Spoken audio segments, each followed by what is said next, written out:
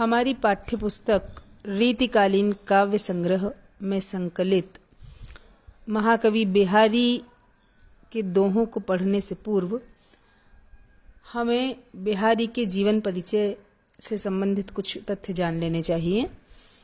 रीतिकाल की रीति सिद्ध काव्यधारा के कवियों में बिहारी अप्रतिम हैं, क्योंकि बिहारी ने दोहे जैसे छोटे छंद में जिस कौशल से भावों की अभिव्यक्ति की है वह उनकी असाधारण काव्य प्रतिभा का परिचायक है। बिहारी अपने समय के अद्भुत प्रतिभा संपन्न रस प्रवण मेधावी कवि थे। उनकी अकेली कृति बिहारी सतसई, जिसमें लगभग 700 दोहे संकलित हैं, उनकी अक्षय कीर्ति के लिए पर्याप्त है। बिहारी के जीवन वृत्त की यदि बात करें तो यद्यपि उनके जन्म को लेकर विद्वानों में मतैक्य नहीं है, तथापि सामान्य रूप से माना जाता है कि बिहारी का जन्म संवत 1652 में हुआ था तथा उनका देहावसान संवत 1721 में हुआ था। उनके जीवन के बारे में कुछ तथ्य इस प्रकार हैं। बिहारी का जन्म ग्वालियर में हुआ था तथा वे ब्राह्मण वंश में उत्पन्न हुए थे।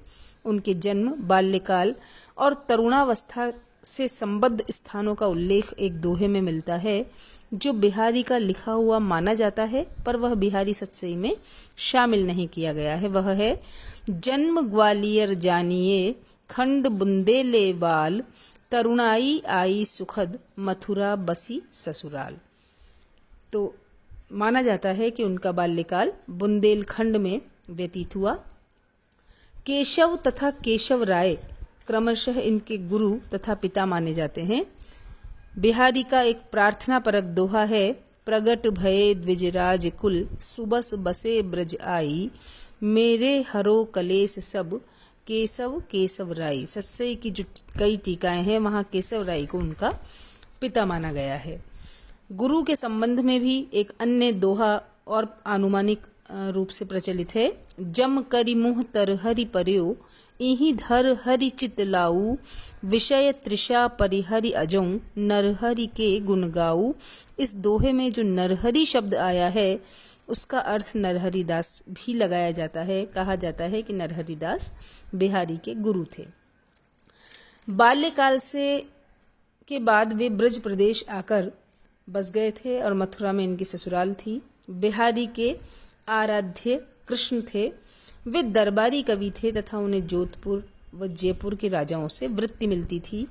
बिहारी की पत्नी भी कुशल कवयित्री थी। बिहारी ने काव्य परंपरा का ज्ञान बुंदेलखंड में ही प्राप्त किया था। विवाह के अनंतर कवि बिहारी मथुरा आ गए। यहीं वे ससुराल में स्थायी रूप से रहने लगे। मुगल बादशाह शाहजहां के बुलावे पर वह आगरा गए थे।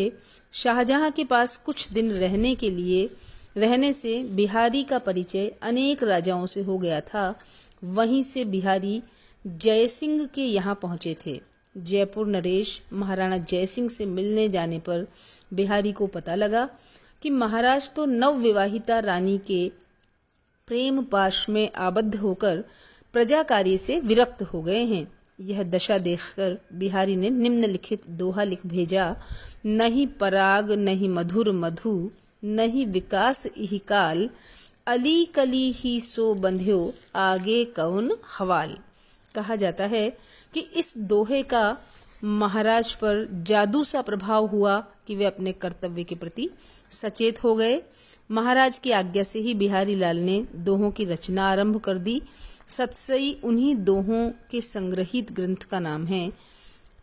नीति, भक्ति और लोक मर्यादा के दोहे भी सतसई में हैं। बिहारी की एक ही कृति है, वह बिहारी सतसई के नाम से विख्यात है। इस पर संस्कृत के प्राकृत की सतसई परंपरा का प्रभाव दृष्टिगत होता है। गाथा सप्तशती से बिहारी सतसई अत्यंत प्रभावित है। कहते हैं कि बिहारी को प्रत्येक दोहे पर राजा की ओर से एक अशर्फी देकर सम्मानित किया जाता था। बिहारी अत्यंत प्रतिभाशाली कवि थे। दरबारी कवि होने के कारण उन्हें तत्कालीन परिस्थितियों में श्रृंगारपूर्ण रचना लिखनी पड़ती थी। नीति और भक्ति भी उनके मन मस्तिष्क पर छाई हुई थी। भक्ति भाव संभवतः पत्नी की मृत्यु से जागा होगा। नारी सौंदर्य चित्रण में तो बिहारी अप्रतिम थे ही। नारी के अंग अंग की छवि उतारने में उनका दोहे जैसा छंद उनके हाथों ही सफल हो सका है।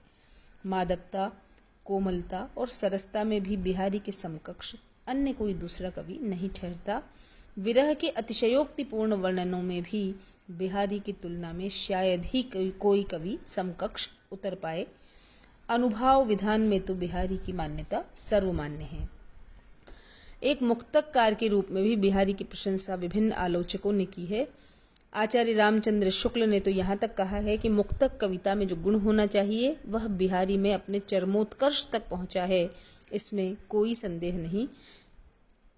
हमारे विचार से बिहारी की जो कविता है उसमें मुक्तक की कई विशेषताएं विद्यमान थी। जैसे कवि ने ऐसे विषयों, प्रसंगों और भावनाओं को चुना था जो रस निष्पत्ति की क्षमता रखते हैं। कवि की शैली में ऐसी सजीवता और मार्मिकता रही है कि छोटी से छोटी बात को भी उन्होंने मार्मिक बना दिया है। कल्पना की समाहार शक्ति, भाषा शैली की समास शक्ति, व्यंग्य प्रयोग में दक्षता, कोमलता, सरलता, सरसता, प्रवाह और नाद सौंदर्य तथा शब्द योजना की वैशिष्ट्य बिहारी सत्सई में हमें यत्र तत्र देखने को मिलता है। उन्होंने नायक और नायिका के प्रेम एवं श्रृंगार रस की व्यंजना को अपने काव्य का लक्ष्य बनाया। छोटी से छोटी बात को भी मार्मिक बना देने की कला में बिहारी सिद्धहस्त हैं। उन्होंने नायक और नायिका की चेष्टाओं का चित्ताकर्षक रूप अपने दोहों में प्रकट किया है। भाषा की समाज शक्ति का गुण भी बिहारी सत्सई में प्रचुर मात्रा में विद्यमान है। वे कम से कम शब्दों में एक दीर्घ इतिवृत्त, विस्तृत प्रसंग एवं सूक्ष्म चित्र प्रस्तुत करने की क्षमता रखते हैं। जैसे दृग उर्झत टूटत कुटुम जुरत चतुर चित प्रीति परति गांठ दुर्जन ही दई नई यह रीति। व्यंजना का वैभव भी बिहारी सत्सई में अनेक स्थलों पर दृष्टिगोचर होता है। उनकी व्यंग्योक्तियों में प्रभावित करने की असाधारण शक्ति विद्यमान है। जयसिंह जैसे शूरवीर शासक के हृदय में भी उन्होंने व्यंग्य से के अग्रांकित तीरों को बेधने में सफलता प्राप्त की थी। जैसा पहले बताया ही था कि नवयौवना रानी से प्रभावित होने पर उन्होंने नहीं पराग नहीं मधुर मधु कहा। इसी प्रकार जयसिंह दक्षिण भारत में मुगलों की ओर से शिवाजी से लड़ने के लिए जाने लगे, तब कवि ने उन्हें प्रबोधित किया था कि स्वार्थ सुकृत न श्रम वृथा देखी विहंगु विचारी बाज पराए पानी परी तू पच्छीनु न मारी। इसी प्रकार भाषा में कोमलता, सरलता और नाद सौंदर्य का गुण भी बिहारी के यहाँ यत्र तत्र परिलक्षित होता है।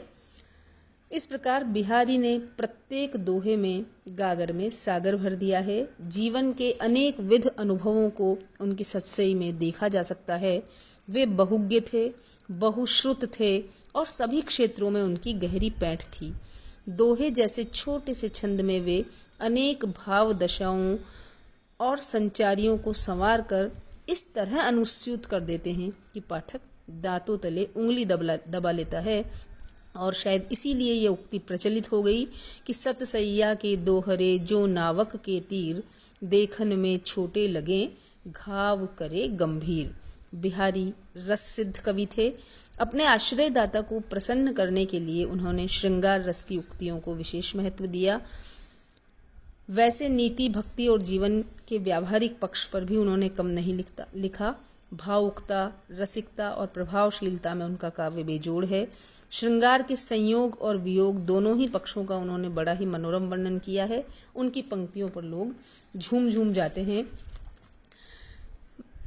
मानव प्रकृति पर उनका गहरा चिंतन देखने को मिलता है। समसामयिक परिस्थितियों पर उनकी टिप्पणियां उनको यथार्थवादी और स्पष्ट वक्ता के रूप में प्रस्तुत करती है। उन्होंने ब्रज भाषा का संश्लिष्ट रूप काव्य के लिए अपनाया है। बोलचाल की भाषा का प्रभाव भी देखा जा सकता है। काव्य कला की दृष्टि से वे अपने समय के सिरमौर कवि थे। संभवतः उन्होंने और भी बहुत कुछ लिखा होता यदि वे और हमारे बीच रहते।